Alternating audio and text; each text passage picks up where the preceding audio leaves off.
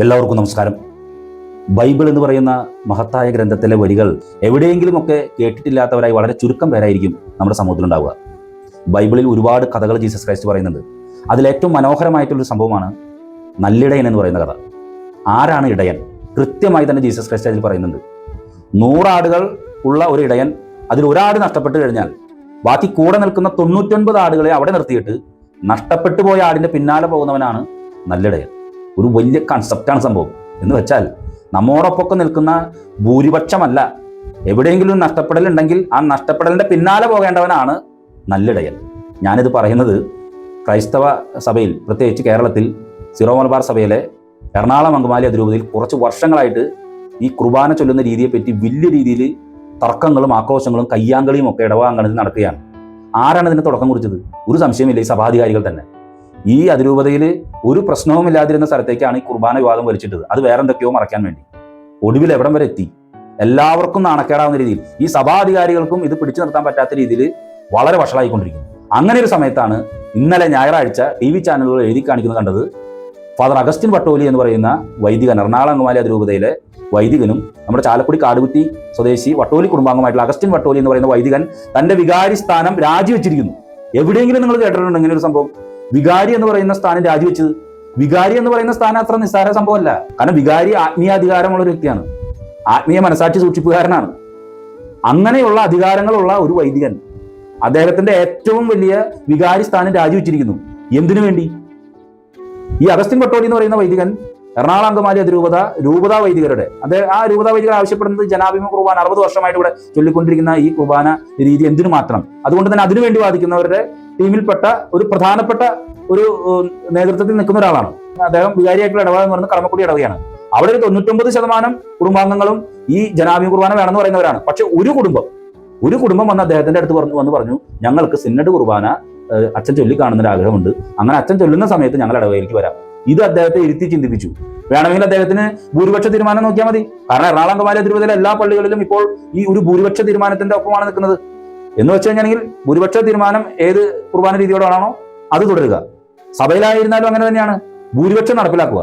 എന്നാൽ ഞാൻ നേരത്തെ പറഞ്ഞില്ലേ, പിടിക്കപ്പെട്ട വ്യഭിചാരിണിനെ കല്ലെറിയണ് കൊല്ലണമെന്ന് പറഞ്ഞുകൊണ്ട് പിടിക്കപ്പെട്ട വ്യഭിചാരിണിനെ കൊണ്ടുവന്ന് ജീസസ് ക്രൈസ്റ്റിന്റെ അടുത്ത് കൊണ്ടുവന്നപ്പോൾ ഒരു ജീസസ് ക്രൈസ്റ്റ് അവിടെ കുനിഞ്ഞിരുന്ന് എഴുതായിരുന്നു. ആ കുനിഞ്ഞിരുന്ന് എഴുതിയവന്റെ സുവിശേഷമാണ് യഥാർത്ഥത്തിൽ ചർച്ച ചെയ്യപ്പെടേണ്ടത്. അത് ചർച്ച ചെയ്യപ്പെടുന്നില്ല. അങ്ങനെ ഒരു സാഹചര്യത്തിൽ തന്റെ ഒപ്പം 99% നിൽക്കുന്നു, പക്ഷെ 1% അപ്പുറത്തെ ആശയത്തിന്റെ കൂടെയാണ്. എന്നാൽ അവനും അവൻ്റെതായ അവകാശമുണ്ട്. എനിക്ക് ഏതായിരുന്നാലും പൂർണ്ണ മനസ്സോടുകൂടി ഈ സിന്നഡ് പെടുത്തിയിട്ടുള്ള കുർബാന രീതി ചൊല്ലാനായിട്ട് സാധിക്കില്ല. അപ്പോൾ പിന്നെ ഞാൻ എന്ത് ചെയ്യണം? ഞാൻ എൻ്റെ സ്ഥാനം രാജിവെക്കുന്നു. അധികാരങ്ങളുടെ ശ്രേണിയുടെ മുകളിലിരിക്കുന്ന നമ്മുടെ വൈദിക ശ്രേഷ്ഠന്മാർക്കൊക്കെ ഇത്തരത്തിൽ സ്ഥാനത്യാഗങ്ങൾ നടത്താൻ, ത്യാഗം എന്ന് പറയുന്ന സംഭവം നടത്താൻ സാധിക്കുമോ? സിറോ മലബാർ സഭയ്ക്ക് അകത്ത് തന്നെ ഭൂരിപക്ഷ തീരുമാനങ്ങളാണ് ഇപ്പോൾ നടപ്പിലാക്കുന്നത്. ഭൂരിപക്ഷ തീരുമാനങ്ങൾ നടപ്പിലാക്കേണ്ട ഒരു സംഭവമല്ല ക്രൈസ്തവ സഭ എന്നുള്ളത് എവിടെയോ മറന്നുപോയി. നേരത്തെ പറഞ്ഞ കുനിഞ്ഞിരുന്ന് എഴുതിയവന്റെ സുവിശേഷം ആരൊക്കെയോ മറന്നു പോകുന്നു. ആ സമയത്താണ് ഭൂരിപക്ഷ തീരുമാനങ്ങൾ നടപ്പിലാക്കുന്നത്. അത് ഏത് സംഗതി ഇതിലായിരുന്നാലും, സിന്നഡിന്റെ അകത്ത് സിന്നഡ് എടുക്കുന്ന ഭൂരിപക്ഷ തീരുമാനം, എറണാകുളം അങ്കമാലി അതിരൂപതയുടെ അകത്ത് രൂപതാ വൈദികർ എടുക്കുന്ന ഭൂരിപക്ഷ തീരുമാനം. പക്ഷെ അതിൽ നിന്ന് വ്യത്യസ്തമായിട്ട് ഫാദർ അഗസ്റ്റിൻ വട്ടോലി എന്ന് പറയുന്ന വൈദികൻ തന്റെ ഇടവകയിലുള്ള എല്ലാവരും സമന്മാരാണ്, അവർക്ക് എല്ലാവർക്കും ഒരേപോലെ അവകാശമാണ്. ആരുടെയെങ്കിലും ഒരാളുടെ അവകാശം ഹനിക്കപ്പെടാൻ ഞാൻ ഹേതുവാകുന്നില്ല, ഞാൻ സ്വയം രാജിവെക്കുന്നു. ഇതൊരു മാതൃകാപരമായിട്ടുള്ള ഒരു രീതിയാണ്. തീർച്ചയായിട്ടും ഫാദർ അഗസ്റ്റിൻ വട്ടോലിച്ചന്റെ കാടുകുറ്റിയിലുള്ള ഭവനത്തിൽ എനിക്ക് ഇന്നലെ രാത്രി എത്താൻ സാധിച്ചു. അദ്ദേഹവുമായി നടത്തിയ ഒരു അഭിമുഖമാണ് ഞാൻ ഇപ്പോൾ നിങ്ങളെ കാണിക്കുന്നത്. നമസ്കാരം. എൻ്റെ അടുത്തിരിക്കുന്നത് വട്ടോലിച്ചൻ. എറണാകുളം അങ്കമാലി അതിരൂപതയിലെ മിക്കവാറും ഇടവകളിലൊക്കെ തന്നെ കുർബാന വിഷയത്തിന്റെ പേരിൽ വലിയ ഫൈറ്റിംഗ് നടക്കണം. അച്ഛൻ്റെ ഇടവകയിൽ ഒരു കുടുംബം വന്നാണ് അച്ഛൻ്റെ അടുത്ത് ഇങ്ങനെ ഒരു കാര്യം പറഞ്ഞത്. അച്ഛൻ ഈ ഇടവക വികാരി എന്ന് പറയുന്ന സ്ഥാനം രാജിവെച്ചിരിക്കുകയാണ്. എനിക്ക് തോന്നുന്നു എറണാകുളം അങ്കമാലി അതിരൂപതയിൽ ഈ വിഷയവുമായി ബന്ധപ്പെട്ട് കുർബാന വിഷയം ഇങ്ങനെ തുടർച്ചയായിട്ട് നിൽക്കുന്ന ഈ ഒരു സാഹചര്യത്തിൽ ആദ്യമായിട്ടാണ് ഒരു വികാരി അച്ഛൻ സ്ഥാനം നഷ്ടപ്പെടുത്തുന്ന സമയം, സ്ഥാനത്യാഗം. ഇപ്പോൾ കർദിനാൾ വിഷയം വന്നപ്പോഴൊക്കെ കേട്ടൊരു വാക്കാണത്. കർദിനാൾ സ്ഥാനത്യാഗം ചെയ്യണം. വട്ടോലിച്ചൻ സ്വയം ആ ത്യാഗം ഏറ്റെടുത്തിരിക്കുന്നു. എല്ലാ ഇടവകളിലും പ്രശ്നങ്ങൾ നടന്നുകൊണ്ടിരിക്കുകയാണ്. ഭൂരിപക്ഷത്തിൻ്റെ ഒപ്പമാണ് മറ്റു വൈദികരൊക്കെ നിൽക്കുന്നത്. ജനാഭിമുഖ കുർബാന ചൊല്ലിയാൽ മതി, ജനാഭിമുഖ കുർബാനയുടെ ഭാഗത്ത് നിൽക്കാം എന്നുള്ള ഭൂരിപക്ഷത്തിൽ നടന്നു. പക്ഷെ അച്ഛൻ്റെ ഇടവേള ഒരു വ്യക്തി, ഒരു കുടുംബം. ഞാനിത് അച്ഛനോട് പറയാൻ കാരണം എന്ന് പറഞ്ഞാൽ, നമ്മുടെ രൂപതയ വിഷയങ്ങൾ ബന്ധപ്പെട്ട് നിൽക്കുന്ന സമയത്ത് തന്നെ ഭൂരിപക്ഷ തീരുമാനമല്ല നടപ്പിലാക്കേണ്ടതെന്ന് ഏറ്റവും കൂടുതൽ സ്പെസിഫൈ ചെയ്ത് സംസാരിച്ചത് നമ്മുടെ എറണാകുളം അങ്കമാലി രൂപതാ വൈദികരാണ്, രൂപതാ അച്ഛന്മാരാണ്. അങ്ങനെ ഒരു സാഹചര്യത്തിലാണ് ഇപ്പോൾ അച്ഛൻ എടുത്തിരിക്കുന്ന സ്റ്റാൻഡ് ചർച്ച ചെയ്യപ്പെടുന്നത്. സത്യത്തിൽ വട്ടുവലിച്ച ഈ സ്ഥാനത്യാഗം കൊണ്ട് അച്ഛൻ എന്താണ് ഉദ്ദേശിച്ചത്? ഒന്നാമത്തെ കാര്യം, ആദ്യമായിട്ട് ഇതിലൊരു കാര്യം ഒന്ന് വ്യക്തമാക്കാൻ ആഗ്രഹിക്കുന്നു. ഞാൻ ചിലപ്പോൾ അല്പം ഒരു തെറ്റായ ധാരണ പരക്കുന്നുണ്ട്. ഞാൻ വൈദിക വൃത്തി ഉപേക്ഷിച്ചു എന്ന് ഇങ്ങനെ പരക്കുന്നുണ്ട്. പക്ഷെ ഞാനതല്ല എൻ്റെ മനസ്സിലുള്ളത്. വൈദിക വൃത്തി ഞാൻ ഉപേക്ഷിച്ചിട്ടില്ല, വൈദിക ജീവിതം ഞാൻ ഉപേക്ഷിച്ചിട്ടില്ല. തൽക്കാലം ഈ കുർബാന വിഷയത്തിൽ ഈ കുർബാന നടപ്പിലാക്കിയ രീതി, അത് എനിക്ക് ഒരു കാരണവശാലും അതിൻ്റെ വിശദാംശങ്ങൾ ഞാനിപ്പോൾ പറയുന്നില്ല. അത് ഒരുപാട് ചർച്ച ചെയ്തിട്ടുള്ളതാണ്. ഈ കുർബാന വിഷയം നടപ്പിലാക്കിയ രീതി 60 വർഷങ്ങളായി ഇവിടെ ചൊല്ലിക്കൊണ്ടിരിക്കുന്ന കുർബാന കോവിഡിൻ്റെ കാലഘട്ടത്തിൽ ഒരു ഓൺലൈൻ മീറ്റിംഗ് വിളിച്ച് അവർ തീരുമാനിക്കുകയാണ്. അപ്പോൾ അങ്ങനെ തീരുമാനിക്കുന്നു. പിന്നെ അത് നടപ്പിലാക്കാൻ വേണ്ടി നടത്തിയ കുൽസിത പ്രവൃത്തികൾ, നടത്തിക്കുന്ന അധാർമിക പ്രവൃത്തികൾ, അധാർമിക മാർഗങ്ങൾ, വഞ്ചനകൾ, ഇതൊക്കെ ഏത് മനുഷ്യർക്കും എറണാകുളം അങ്കമാലി രൂപതയിലെ 99% വൈദികർക്കും കന്യാസ്ത്രീകൾക്കും ജനങ്ങൾക്ക് അറിവുള്ള കാര്യമാണ്. അപ്പോൾ അതുകൊണ്ട് കുർബാന എന്ന് പറയുന്ന വിഷയത്തോടല്ല എൻ്റെ വിഷയം, അത് നടപ്പിലാക്കിയ രീതി. ഇനി അത് നടപ്പിലാക്കിയ രീതി കൊണ്ട് ഞാനതിൽ വിയോജിപ്പ് ആണ് ഞാൻ പറഞ്ഞത്. അതോടൊപ്പം തന്നെ അപ്പോൾ അതുകൊണ്ടാണ് ഞാൻ എൻ്റെ വൈദിക ജീവിതത്തിൽ ഏറ്റവും പ്രധാനപ്പെട്ടതാണ് കൂദാശ പരികർമ്മം എന്ന് പറയുന്നത്. കുർബാന, കുമ്പസാരം തുടങ്ങിയിട്ടുള്ള കാര്യങ്ങൾ പരികർമ്മം ചെയ്യുന്നു. അപ്പോൾ ആ പരികർമ്മം ചെയ്യാനുള്ള എൻ്റെ ഉത്തരവാദിത്തങ്ങളിൽ നിന്ന് ഞാൻ മാറി നിൽക്കാനായിട്ട് തീരുമാനിച്ചത്. അപ്പോൾ അതിൻ്റെ കാരണം, അത് ഞാൻ അങ്ങനെ ഇപ്പോൾ ഞാനത് ചെയ്യാതെ അവിടെ തുടർന്നാൽ കാരണം എറണാകുളം അങ്കമാലി രൂപതയിൽ ജനങ്ങളും വൈദികരും കൂടി ഉണ്ടാക്കിയ ഒരു സമവായമുണ്ട്. ആ സമവായ പ്രകാരം ഒരാൾ ചോദിച്ചോ 10 ആൾ ചോദിച്ചോ 50 ആൾ ചോദിച്ചോ എന്നുള്ളതല്ല, അത് നടപ്പിലാക്കേണ്ടത് അത് ഓരോ വൈദികൻ്റെയും കടമയാണത്. അതുകൊണ്ടാണ് ഞാൻ അങ്ങനെ, കാരണം അല്ലെങ്കിൽ പിന്നെ സമവായം ഉണ്ടാക്കരുത്. സമയം ഉണ്ടായിപ്പോയി. അപ്പോൾ അങ്ങനെ ഒരാൾ വന്ന് അയാൾ വളരെ മാന്യമായി, ഒരിക്കൽ പോലും അത് അച്ഛൻ നടപ്പാക്കി ഞങ്ങൾ ബഹളം ഉണ്ടാക്കും, ഞങ്ങൾ തല്ലി ബഹളം ഉണ്ടാക്കും, അടി ഉണ്ടാക്കും, ഇതൊന്നും പറഞ്ഞിട്ടില്ല. ചെയ്യുകയാണെങ്കിൽ ഞാനും എൻ്റെ കുടുംബം അവിടെ വരും. അപ്പോൾ അയാളുടെ അവകാശമാണത്. അപ്പോൾ എൻ്റെ മനസ്സിലുണ്ടായിരുന്നു, ഞാൻ അദ്ദേഹത്തോട് പറഞ്ഞില്ല, പക്ഷെ എൻ്റെ മനസ്സിലുണ്ടായിരുന്നു ഞാൻ ഈ കാര്യം ഒരു കാരണവശാലും ചെയ്യില്ല.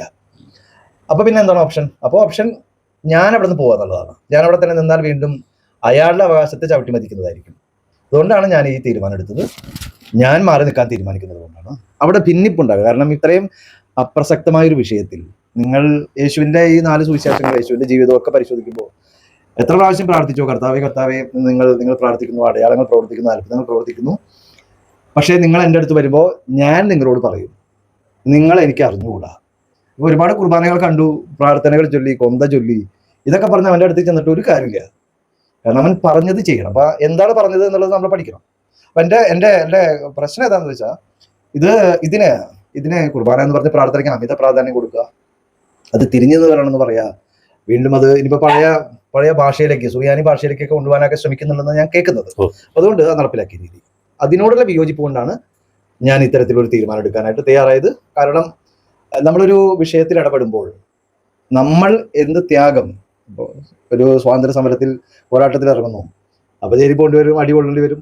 അപ്പോൾ നമ്മൾ ത്യാഗം സഹിക്കാൻ നമ്മൾ തയ്യാറാവണം. അപ്പോൾ ഈ വിഷയത്തിൽ നമ്മളതിന് വില കൊടുക്കാൻ തയ്യാറാവണം. നമ്മളൊരു വിഷയത്തിൽ നമ്മളൊരു തീരുമാനം എടുക്കുമ്പോൾ അതിന് ഏത് വിലയും കൊടുക്കാൻ തയ്യാറായിട്ട് തന്നെയാണ് നമ്മൾ ഇറങ്ങുന്നത്. അത് നന്നായി ചർച്ച ചെയ്തപ്പെട്ടു ഈ വിഷയങ്ങൾ. അതൊരു നല്ല കാര്യമായിട്ടാണ് എനിക്ക് തോന്നുന്നത്. അച്ഛാ, ഇപ്പോൾ അച്ഛനോടൊപ്പം തന്നെ വിഷയത്തിൽ ഫൈറ്റ് ചെയ്യുന്ന വലിയൊരു വൈദികരുടെ ഒരു സമൂഹം നമ്മുടെ രൂപതയ്ക്കകത്തുണ്ട്. അവരാരും ഇത്തരത്തിലേക്കുള്ള ഇതിനെ വേണമെങ്കിൽ ഒരു തീവ്രമായൊരു നിലപാടെന്നോ, അല്ലെങ്കിൽ അച്ഛൻ വിശ്വസിക്കുന്ന ക്രിസ്തുവിനെ ഏറ്റവും കൂടുതൽ അറിഞ്ഞ ഒരു അനുഭവത്തിൻ്റെ പശ്ചാത്തലത്തിൽ എടുത്ത തീരുമാനമെന്നൊക്കെ പറയാം. പക്ഷെ ഈ അച്ഛൻ ഉൾപ്പെടുന്ന ഈ വൈദികരുടെ ഒരു സമൂഹം വലിയ രീതിയിൽ ഫൈറ്റിംഗ് നടത്തിക്കൊണ്ടിരിക്കുകയാണ്. അവരിങ്ങനെ ഇത്തരത്തിലുള്ള ഒരു രാജി ഇതുവരെയായിട്ട് ആരും ചെയ്തിട്ടില്ല. അച്ഛൻ ഈ രാജി വെക്കുന്നതോടുകൂടി വലിയ ഒരു ചോദ്യമാണ് ശരിക്കും പറഞ്ഞാൽ അച്ഛനിട്ടിരിക്കുന്നത്. കാരണം ഞാൻ തന്നെ കണ്ടിട്ടുണ്ട് പല ഇടവകളിലും ഈ കുർബാന പ്രശ്നത്തിൻ്റെ പേരിൽ വിശ്വാസികൾ വലിയ രീതിയിൽ, അച്ഛൻ വിശ്വസിക്കുന്ന ഒരു തത്വമാണ് സഭയുടെ ഏറ്റവും വലിയ ഘടകം വിശ്വാസികളാണെന്നാണ് അച്ഛൻ ഇന്നും വിശ്വസിച്ചിട്ടുള്ളത്. വിശ്വാസികളുടേതാണ് സഭ എന്നാണ് പറഞ്ഞത്. അപ്പോൾ അത് ആ ആശയത്തിൽ നിന്നുകൊണ്ട് തന്നെയാണ് അച്ഛൻ ഈ വിശ്വാസികൾക്ക് വേണ്ടി ഇങ്ങനൊരു തീരുമാനം എടുത്തത്. അപ്പോൾ ഈ ചോദ്യം ഇട്ട് കൊടുക്കുമ്പോൾ മറ്റുള്ള ഒരു വൈദികരുടെ എങ്ങനെയാണ് അവർ നാളുകളിൽ ഇതുപോലുള്ള രാജികൾ ഇനി വേറെ ഉണ്ടാവും ഇത്തരം വിഷയത്തിൽ? ഞാനൊന്ന് അപ്പോൾ എങ്ങനെയാണ് അവരുടെ പ്രതികരണം ഇനി വരാനിരിക്കുന്നതുള്ളൂ. അത്തരത്തിലുള്ള നീക്കങ്ങൾ ഇനി ഉണ്ടാകുമോ എന്ന് എനിക്ക് അറിഞ്ഞുകൂടാ. കാരണം നമ്മൾ ഓരോരുത്തരും നമ്മൾ ചെയ്യുന്നത്, ഇപ്പോൾ ഞാൻ ഇത് ചെയ്യുന്നതിൻ്റെ പിന്നിൽ എൻ്റെ ഒരു 10-20 വർഷക്കാലമായിട്ടുള്ള സാമൂഹ്യ പ്രവർത്തനത്തിലും ജനകീയ സമരങ്ങളിലും ഒക്കെ പങ്കെടുത്തുള്ള എൻ്റെ ഒരു പശ്ചാത്തലമുണ്ട്. അതിൻ്റെ ഉള്ളിൽ നിന്നാണ് നമ്മൾ ഓരോ കാര്യങ്ങൾ ചെയ്യുക. അപ്പോൾ എല്ലാവർക്കും ഒരുപോലെ തന്നെ പ്രതികരിക്കാനും ഒരുപോലെ തന്നെ ചെയ്യാനും പറ്റണമെന്നില്ല. പക്ഷെ പറ്റുന്നില്ല എന്നുള്ളത് കൊണ്ട് എല്ലാവരും ഇത് അംഗീകരിച്ചു, ഇതിൽ വളരെ സന്തോഷമാണ്, അവര് സംതൃപ്തരാണ് എന്ന് വരുന്നില്ല. എറണാകുളം രൂപതയിലെ ഇപ്പോഴും ഒരു 99% വൈദികരും കന്യാസ്ത്രീകളും ജനങ്ങളും, വൈദികർ പ്രത്യേകിച്ചും, ഇത് താല്പര്യമില്ലാത്തൊരു കുർബാനയാണ്. കാരണം നമ്മുടെ പിതാമഹന്മാരായ ഇപ്പൊ എന്റെ പട്ടം നടത്തിയ സമയത്ത് ഇവിടെ ഉണ്ടായിരുന്നത് ജോർജ് കുഴിപ്പറമ്പിലാണ്.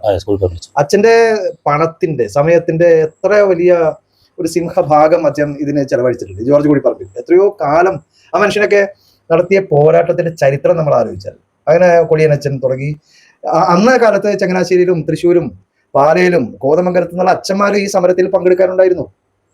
അവര് ദീർഘമായ പോരാട്ടം നടത്തുന്നുണ്ട്. അപ്പൊ ഈ പോരാട്ടത്തിന് പിന്നിൽ വ്യക്തമായ ഒരു കാഴ്ചപ്പാടുണ്ടായിരുന്നു. ഇത് കുർബാന ഞങ്ങൾക്ക് തിരിയാൻ പറ്റില്ല എന്ന് മാത്രമല്ല, എന്തുകൊണ്ട് ജനാഭിമുഖമാകണം എന്നതിനെ പറ്റി വ്യക്തമായ ഒരു ദർശനമുണ്ട്, കാഴ്ചപ്പാടുണ്ട്. ആ കാഴ്ചപ്പാട് നിർത്തിയിട്ടാണ് നമ്മളിത് പറയുന്നത്, അല്ലാതെ തിരിയാൻ ഇഷ്ടമില്ല എന്നിട്ടല്ല. പിന്നിൽ വ്യക്തമായ കാഴ്ചപ്പാടുണ്ട്, പുരോഗമന ജനങ്ങളോട് പറ്റി നിൽക്കുന്ന ഒരു കാഴ്ചപ്പാട്. അപ്പൊ ആ കാഴ്ചപ്പാട് ഇതൊക്കെ നമ്മളെ പറഞ്ഞ് പഠിപ്പിച്ചിട്ടുണ്ട് ഇവരൊക്കെ. അപ്പൊ നമ്മള് ഒരു സുപ്രഭാതത്തിൽ എന്നാൽ ഇവർ പറയുന്നത് തിരിയാണെന്ന് പറഞ്ഞാൽ അത് നടക്കില്ല, നമ്മൾ ആത്മാവ് സമ്മതിക്കില്ല. കാരണം ഈ പ്രാർത്ഥന ചൊല്ലുമ്പോൾ എൻ്റെ മനസ്സവിടെ ഉണ്ടാവണ്ടേ, എൻ്റെ ഹൃദയം അവിടെ ഉണ്ടാവണ്ടേ. ഞാൻ ആർക്കെങ്കിലും വേണ്ടിയാണോ അത് ചൊല്ലേണ്ടത്? എൻ്റെ മനസ്സിൽ ഞാൻ 100% 100% ശ്രദ്ധയോട് കൂടി ഞാനത് ചെയ്യണ്ടേ. അല്ലാതെ ഞാൻ അവർ പറഞ്ഞു എത്രാൻ പറഞ്ഞു അതുകൊണ്ട് ഞാൻ ചെയ്തേക്കാം, അത് നടക്കില്ല. അപ്പൊ അതുകൊണ്ട് ഇത്തരത്തിലുള്ള നീക്കങ്ങൾ ഇനി ഉണ്ടായേക്കാം എന്ന് ഉണ്ടാകുമോ അത് എനിക്ക് അറിഞ്ഞുകൂടാ. ഉണ്ടാകുമായിരിക്കാം, ഉണ്ടായിരിക്കില്ല. പക്ഷെ ഈ വിഷയം വീണ്ടും തീർച്ചയായിട്ടും അപ്പൊ ഞാൻ അതോടൊപ്പം തന്നെ ഈ കുർബാന വിഷയം മാത്രമല്ല, എന്തുകൊണ്ട് ഇങ്ങനെ ഒരു അടിച്ചേൽപ്പിക്കപ്പെടുന്നു, വൈദികന്മാരെ ജനങ്ങളുടെ മേലെ അടിച്ചേൽപ്പിക്കുന്നു, എന്താണ് വ്യവസ്ഥിതി? അത് ഞാൻ ദീർഘമായി ഞാൻ എന്തുകൊണ്ട് ഞാൻ ഈ കുർബാന ചൊല്ലുന്നില്ല എന്ന് പറഞ്ഞ് ഞാൻ രാജിവെക്കുന്നു എന്ന് പറയുന്ന എഴുത്തിൽ വളരെ കൃത്യമായിട്ട് പറയുന്നുണ്ട്. ജനങ്ങൾക്ക് അധികാരമില്ലാത്തൊരു വ്യവസ്ഥിതി, വളരെ ഒരു സുതാര്യത ഇല്ലാത്ത വ്യവസ്ഥിതി, ഏകാധിപത്യപരമായ വ്യവസ്ഥിതി. ആളുകളല്ല ഏകാധിപത്യം, വ്യവസ്ഥിതി ഏകാധിപത്യപരമാണ്. വ്യവസ്ഥിതി നൂറ്റാണ്ടുകൾക്ക് പഴക്കമുള്ളതാണ്, ചീഞ്ഞഴുകിയതാണ്. അതുകൊണ്ടാണ് അതിലുള്ള ആളുകൾ ഇത്രയും മോശമായിട്ട് പെരുമാറുന്നതും ജീവിക്കുന്നത്, അതായത് ഏകാധിപത്യപരമായിട്ട് പെരുമാറുന്നത്. ആ വ്യവസ്ഥിതി മാറ്റണം. ആ വ്യവസ്ഥിതിയിൽ ജനങ്ങൾക്കും ഇപ്പൊ സിനഡ് എന്ന് പറഞ്ഞാൽ മെത്രാൻ സിനഡ് എന്ന് പറഞ്ഞാൽ മെത്രാൻ സിനഡ് മാത്രമല്ല, അതില് ജനങ്ങളും കന്യാസികളും ചെറുപ്പക്കാരും ജനങ്ങളും ഉണ്ടാവണം. ഓർത്തഡോക്സ് സഭയിലും മാർത്തോമ സഭയിലും യാക്കോബായ സഭയിലും സിനഡ് എന്ന് പറഞ്ഞാൽ അത് മെത്രാന്റെ മാത്രമല്ല, അവിടെ എല്ലാവരും ഉണ്ട്. മെത്രാനെ ജനങ്ങളും കൂടിയാണ് തെരഞ്ഞെടുക്കുന്നത്. എന്നോട് നമുക്കത് ആലോചിച്ചുകൂടാ. ഇത്തരത്തിലുള്ള ചോദ്യങ്ങൾ ഉണ്ടാകുമ്പോൾ അവസരപ്പെടുത്തിയിട്ട് കാര്യമില്ല. നിങ്ങളെ പുറത്താക്കുമെന്ന് പറഞ്ഞ് ഭീഷണിപ്പെടുത്തിയിട്ട് കാര്യമില്ല. നിങ്ങൾ ചോദ്യങ്ങൾക്ക് ഉത്തരം പറയണം. അപ്പൊ ഇതിന്റെ പശ്ചാത്തലത്തിൽ അച്ഛൻ ഇനി അടുത്ത ഒരു നടപടികൾ എന്താണ്? അച്ഛൻ ഇപ്പോൾ എവിടെയാണ് ഇനി അടുത്ത ഒരു ഘട്ടം ഏതെങ്കിലും അധികാരികൾ പറഞ്ഞിട്ടുണ്ടോ, അല്ലെങ്കിൽ എവിടെ? ഇല്ല, അവര് അതിനെപ്പറ്റി സംസാരിച്ചിട്ടില്ല അധികാരികളായി. അത് സംഭാഷണം നടക്കുമായിരിക്കും. അപ്പൊ അധികാരികൾക്ക് പറയാനുള്ളത് തീർച്ചയായിട്ടും ഇങ്ങനത്തെ ഒരു വ്യവസ്ഥയുടെ ഉള്ളിൽ നിന്ന് നമ്മൾ ഈ കാര്യങ്ങൾ പറയുമ്പോൾ അധികാരത്തിലുള്ളവർക്ക് അസ്വസ്ഥത ഉണ്ടാകും. തീർച്ചയായിട്ടും അത് നമ്മൾ പ്രതീക്ഷിക്കുന്നുണ്ട് അങ്ങനത്തെ കാര്യങ്ങൾ. അപ്പോൾ അത് ചർച്ച ചെയ്യാനിരിക്കുന്നതുള്ളൂ. അവരങ്ങനെ അധികാരികൾ ആരും എന്നെ വിളിക്കുകയോ ഒന്നും ചെയ്തിട്ടില്ല. അപ്പോൾ അത് അവരുടെ ഭാഗത്തു നിന്നുള്ള ഒരു നീക്കം ഉണ്ടായി കഴിഞ്ഞിട്ട് എൻ്റെ നീക്കം എന്താണെന്നുള്ളത് ഞാൻ വ്യക്തമാക്കും. ഒരു വൈദികനെ സംബന്ധിച്ചിടത്തോളം വിശുദ്ധ ബലിയിൽ അദ്ദേഹം പറയുന്ന ഏറ്റവും പ്രധാനപ്പെട്ട വാക്കുകൾ നമുക്കറിയാം. വിശുദ്ധ അപ്പം എടുത്ത് ഉയർത്തിയിട്ട് പറയുന്നൊരു വാക്കുകളുണ്ട്: ഇതെൻ്റെ ശരീരമാകുന്നു, ഇതെൻ്റെ രക്തമാകുന്നു, നിങ്ങളിത് വാങ്ങി ഭക്ഷിക്കുവിൻ, ഇത് പാനം ചെയ്യുവിൻ. അത് ആ വൈദികൻ്റെ ഹൃദയത്തിൽ നിന്നെടുത്ത് പറയുന്ന വാക്കുകളാണ്. പകുത്തപ്പെട്ട ക്രിസ്തുവിൻ്റെ ശരീരവും രക്തവും അത് വിശ്വാസികൾക്കായി പകർന്നു നൽകുന്ന ഒരു വലിയ പ്രസക്തമായ ഒരു പ്രാർത്ഥനാ ഭാഗമാണത്. ഒരു വൈദികനെ സംബന്ധിച്ചിടത്തോളം അത് പൂർണ്ണമായിട്ടും അർപ്പിച്ച് ചൊല്ലുമ്പോഴാണ് വിശ്വാസികളുടെ ഉള്ളിലേക്ക് എത്തുന്നത്. ഒരു വട്ടോലിച്ചൻ ഇത്രയും നേരം പറഞ്ഞതിൽ ഒരു പ്രധാനപ്പെട്ട സംഭവം അടിച്ചേൽപ്പിക്കലല്ല, ഭൂരിപക്ഷമല്ല. തീർച്ചയായിട്ടും വട്ടോലിച്ചനോടൊപ്പം വിശ്വാസ സമൂഹമുണ്ട്. വട്ടോലിച്ചൻ ഇതുവരെ ജീവിച്ചതും പാവപ്പെട്ട ഈ ഓട്ടോ തൊഴിലാളികൾക്കും സാധാരണക്കാരായ ആളുകൾക്കും പട്ടിണി പാവങ്ങൾക്കൊക്കെ വേണ്ടി തന്നെയാണ് അദ്ദേഹത്തിൻ്റെ ജീവിതം സമർപ്പിക്കപ്പെട്ടിരിക്കുന്നത്. അതുകൊണ്ട് തന്നെ അച്ഛൻ്റെ ഇടവകയിൽ ഒരു ഭൂരിപക്ഷം നോക്കാൻ പോയില്ല. ഭൂരിപക്ഷമല്ല, ഒരു വിശ്വാസിയാണെങ്കിലും അവനും അവകാശമുണ്ട്, അവനും അർഹതയുണ്ട്. പക്ഷേ എനിക്ക് പൂർണ്ണമായിട്ടും അതിലെനിക്ക് അർപ്പിക്കാനായിട്ട് എൻ്റെ മനസ്സനുവദിക്കുന്നില്ല.